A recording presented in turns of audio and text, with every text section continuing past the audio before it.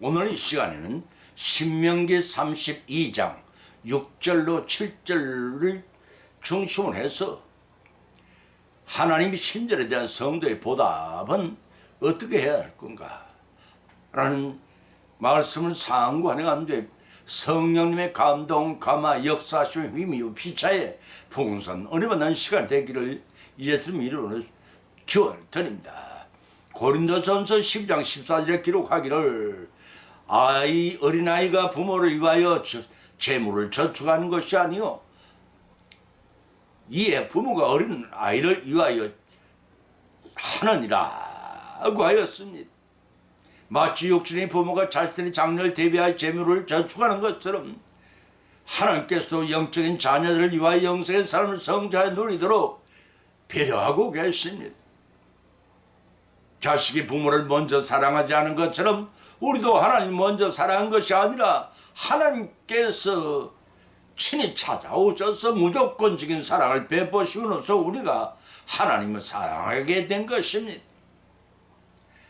로마서 5장 8절에서도 바울이 피력하기를 우리가 아직 죄인 되었을 때 그리스도께서 우리를 위하여 죽으심으로 하나님께서 우리에 대한 자기의 사랑을 확증하셨느니라고 하였습니다. 이 말씀을 통해서 우리가 깨닫게 되는 사실은 주님의 일방적인 사랑의 친절입니다.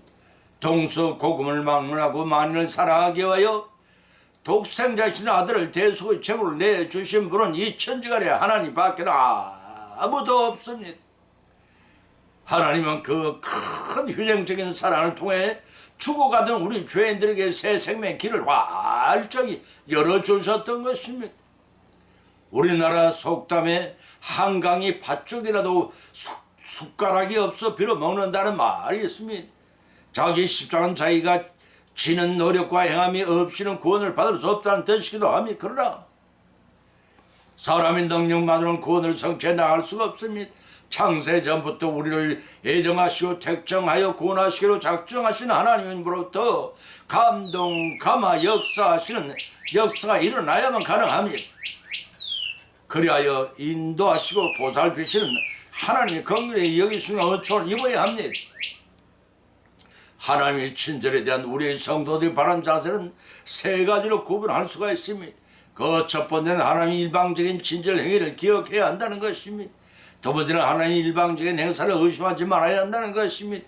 세 번째는 사람보다 하나님께 순종해야 한다는 것입니다.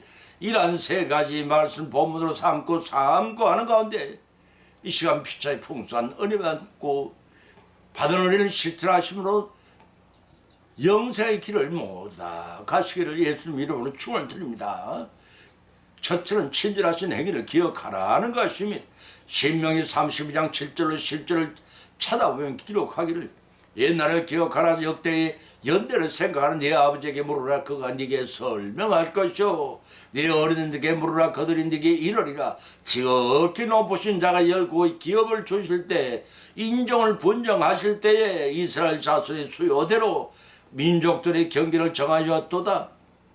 여호와의 분깃은 자기의 백성이라 야곱은 그 택하신 기업이로다. 여호와께서는 그를 항무지에서 짐승이 부르짖는 광야에서 만나시고 보호하시며 호위하시며 자기 눈동자같이 지키셨다라고 출애굽기 3장 15절과 전도서 10장 1절에 비슷한 말씀이 기록됐으면 참조하시기 바랍니다. 본문을 가르쳐 모세의 노래라고 부르는 정거서의 노래입니다. 1절로 6절까지는 하나님의 고귀하신 품격과 이스라엘의 폐역에 대한 노래입니다. 7절로 18절까지는 이스라엘에 대한 하나님의 지극하신 사랑과 백성들의 배운 망덕을, 그리고 19절로 25절에서는 이스라엘 배교에 대한 심판을, 26절로 43절에서는 이스라엘 회복과 이스라엘을 심판하기 위하여 도구로 열강에 대한 하나님 심판의 말씀이 언급되어 있습니다. 이러한 본문에서 알 수 있듯이 하나님의 사랑은 무조건적이요 변함이 없으나 인간은 조석 변경 아침 저녁으로 변한 것이요 배반하고 멸시하는가 하면 심지어 원망하고 불평하기가 다반사입니다. 차와 밥을 먹듯이 쉽게 한다는 것입니다. 그러나 하나님께서는 이스라엘을 깨우치기 위해 불신 이방 국가들을 몽둥이로 사용하기도 하셨습니다. 그런 중 이방국이 이스라엘 백성들을 정도 이상으로 핍박하면 반드시 그 죄를 물어 징치하셨습니다. 이를 통해서 알 수 있는 것은 하나님이 택함을 받은 백성일지라도 범죄한 그 대가를 찾으시지만 회개하고 돌이킨 긍휼히 여기서 더 큰 은혜를 베푸시는 것이 하나님의 본심이십니다. 본문 7절에서 옛날을 기억하라 연대를 생각하라고 하였습니다. 이 말씀은 한 세대가 지난 과거를 기억하라는 것입니다. 아브라함 때부터 출애굽까지와 광야 시대부터 가나안에 도착하기까지 아득한 조상 때부터 언약을 맺어온 하나님이십니다.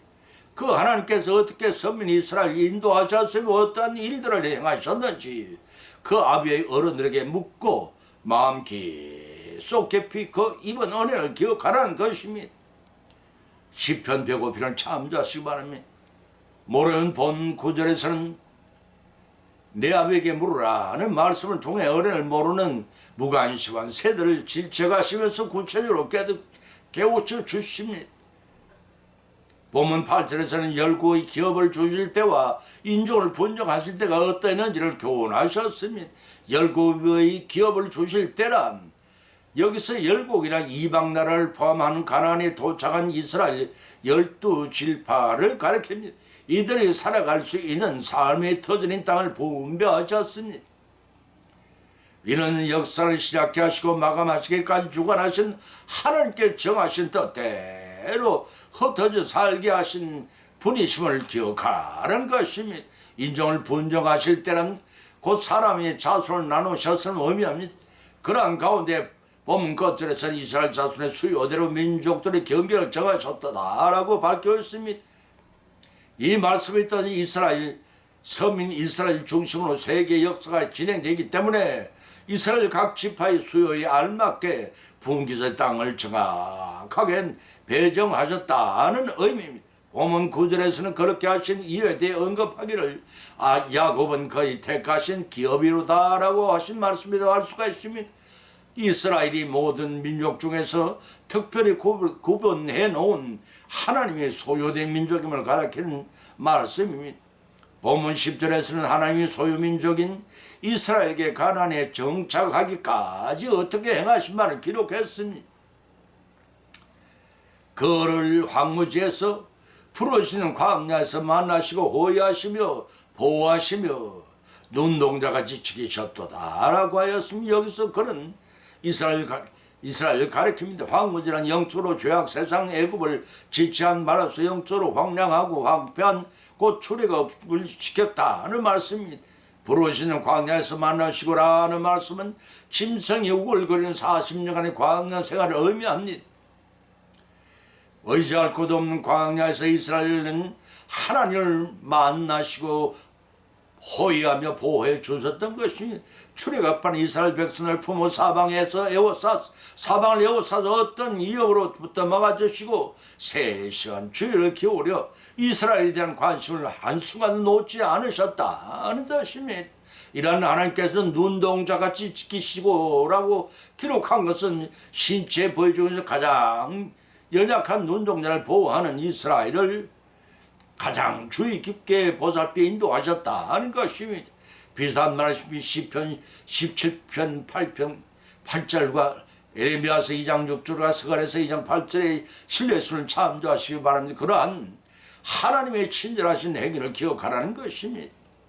그것의 성도들이 마땅히 취할 도리임을 잊지 말고 그토록 우리를 사랑하신 하나님께 영광을 돌리는 우리의 삶으로 보도하시기를 예수님의 이름으로 축을 드립니다. 두 번째는 그 행사를 의심하지 말아야 한다는 것입니다. 마가복음 11장 22절 24절을 쳐다보면 예수님께 대답하여 제게 이르시되 하나님을 믿으라. 내가 진실을 너에게 이르노니 누구든지 이 산들어 들려 바다에 던지라 하며 그 말하는 것이 이럴 줄을 믿고 마음에 의심하지 아니하면 그대로 되리라. 그러므로 내가 너에게 말하노니 무엇이든지 기도하고 구하는 것은 받은 줄로 믿으라. 그리하면 너에게 그대로 되리라고 하셨습니다. 그런데 우리는 어떻습니까? 기도하고도 과연 이루어 주실까 의심할 때가 더 많은 자들이 아닙니까? 중국의 선교사 허드슨 테일러가 탄 배가 항해 중에 바람이 불지 않아서 더 이상 갈 수 없게 되었을 때의 일이었습니다. 테일러는 중요한 약속이 있었기에 시간 전에 배가 항구에 도착을 할 수 있도록 선장에게 독촉을 했습니다. 바람이 불지 않아서 배가 더 이상 빨리 갈 수가 없으니 목사님 하나님께 바람을 달라고 기도하시구려 라고 빈정대며 닷을 내리려 했습니다. 이 말을 들은 테일러는 배를 먼저 나갈 방향을 돌려놓으라고 요구하고 선장은 기도부터 하라고 맞섰습니다. 그러나 테일러가 계속해서 고집을 부리자 마침내 선장은 배를 돌렸고 테일러는 선창 밑에 있는 작은 밀실에 들어가 기도하기 시작했습니다. 얼마 좀 기도를 하자 선장의 숨이 가쁘게 달려와 문을 급히 두드려 소리쳤습니다. 목사님 이제 제발 기도를 그만두십시오. 바람이 너무 세차게 불어서 야단입니다.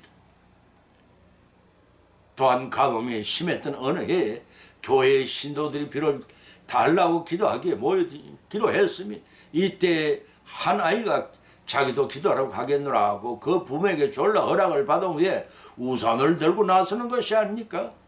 아니 얘야, 비도 안 오는데 우산을 뭐 때문에 가지고 가려니? 비를 달라고 기도하면 비가 올 것이 아니에요? 그럼 우리가 집으로 돌아올 때는 우산이 필요한 것 같았어요. 이와 같이 기도는 바람을 달라고 기도할 때 배의 방향을 먼저 돌려놓으라는 믿음이 있어야 하고, 비를 달라고 기도할 때 우산을 들고 나서는 믿음이 기도로 해야 하는 것입니다. 사랑하는 성도 여러분, 이러한 믿음을 가지고 기도하고 계시면 또한 성취하여 응답을 받고 계시는지요? 어찌 기도뿐이겠습니까?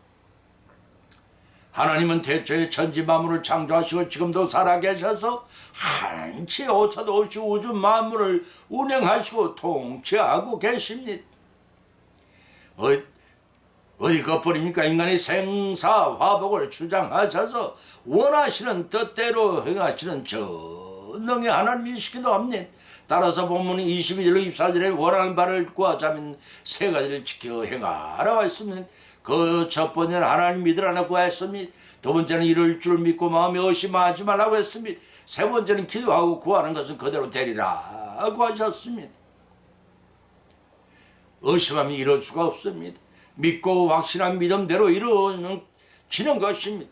이러한 세 가지 말씀대로 순종하여 믿고 기도한 바를 성취하여 하나님께 영광을 돌리는 우리 모두의 보답하는 신앙생활이 되시기를 예수 이름으로 축원을 드립니다.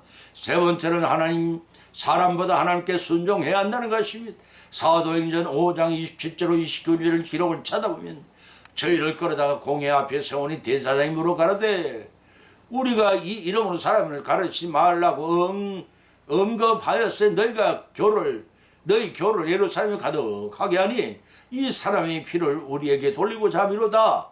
베드로와 사도들이 대답하여 가로되 사람보다 하나님의 순종하는 것이 마땅하니라 하고 응답하였습니다.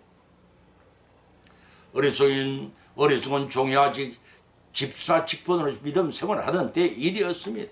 둘째 형님 댁에 병상 생활을 하시던 어머니가 담임 목사의 임종 예배가 되어버린 최초이자 마지막 예배를 드린 후에 돌아가셨습니다. 대부분의 형제가 불교 신자이었습니다.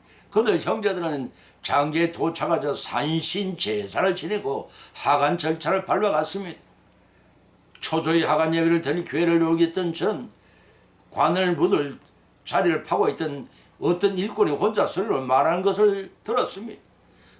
산신보다 더 높은 분이 하나님이신데 먼저 하나님께 예배를 드리는 것이 마땅한 도리지요 라는 것이었습니다.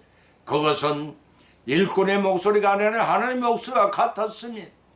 그 귀를 놓칠세라 저희 부부와 장진려와 막내 내외가 서투른 하간 예외였지만 하나님의 섬기는 자들이 사람보다 하나님 말씀에 순종하면서 방해를 받지 않고 하나님께 다음내 예배를 드릴 수가 있었습니다. 본문은 사내들인 유대 종교 지도자들이 복음의 확산을 막기 위하여 사도들 다시 감옥에 가두자.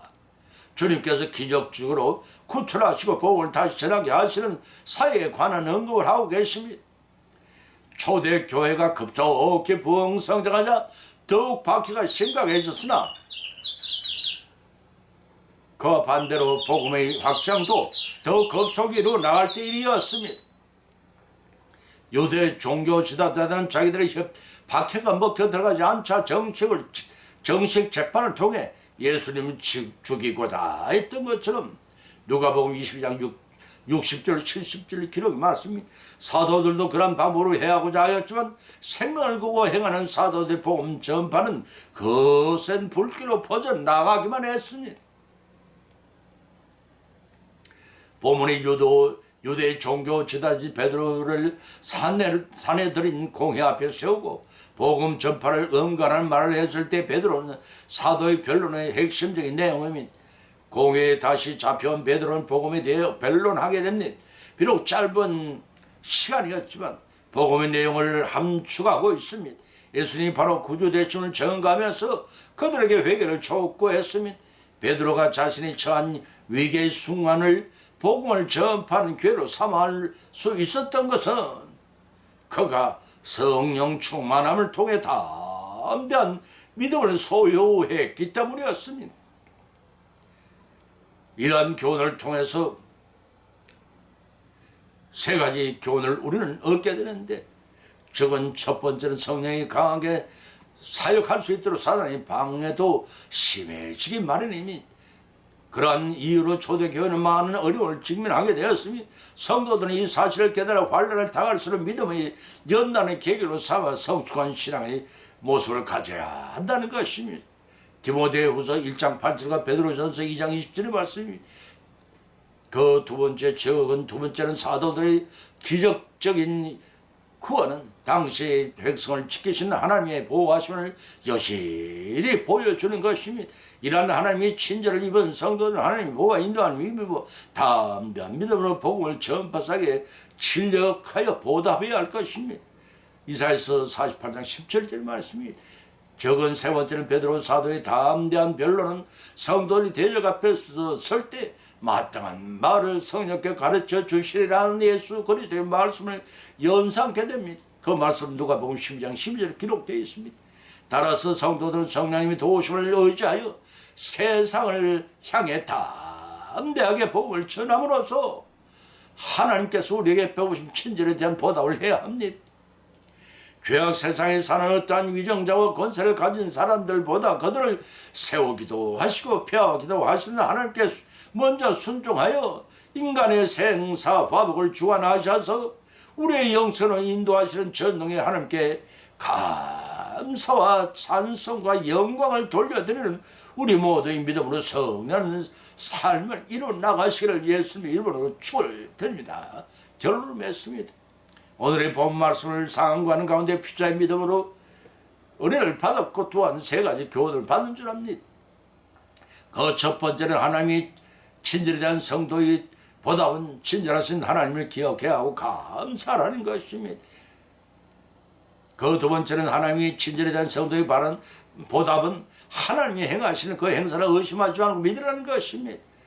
세 번째는 하나님의 친절에 대한 성도의 보답은 사람의 말을 믿지 말고 전능하신 하나님의 말씀을 믿고 순종하라는 것입니다. 이와 같은 교훈을 받은 것을 거치지 마십시다. 우리는 실생활 가운데 실천하고 적용하심으로써 예비하신 하나님의 복을 받고 성찬에 누리시는 우리 모두의 믿음으로 성령의 여성이 되시기를 예수님의 이름으로 간절히 축원을 드립니다. 찬송가 314장을 올리겠습니다.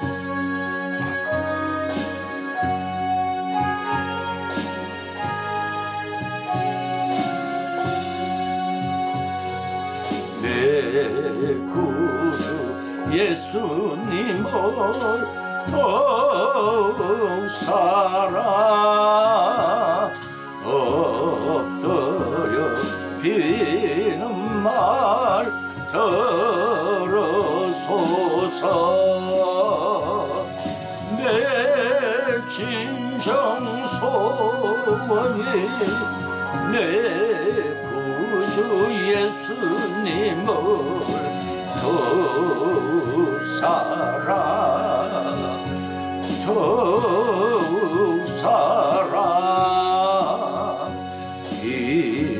이전에 세상 나 기뻤어도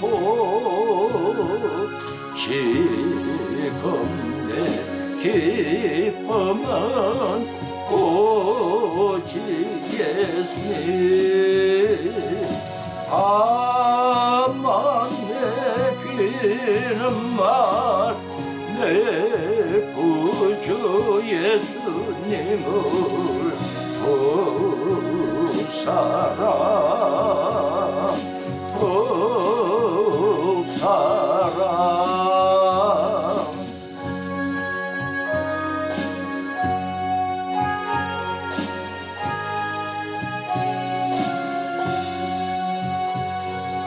이 세상 떠날 때 찬양하고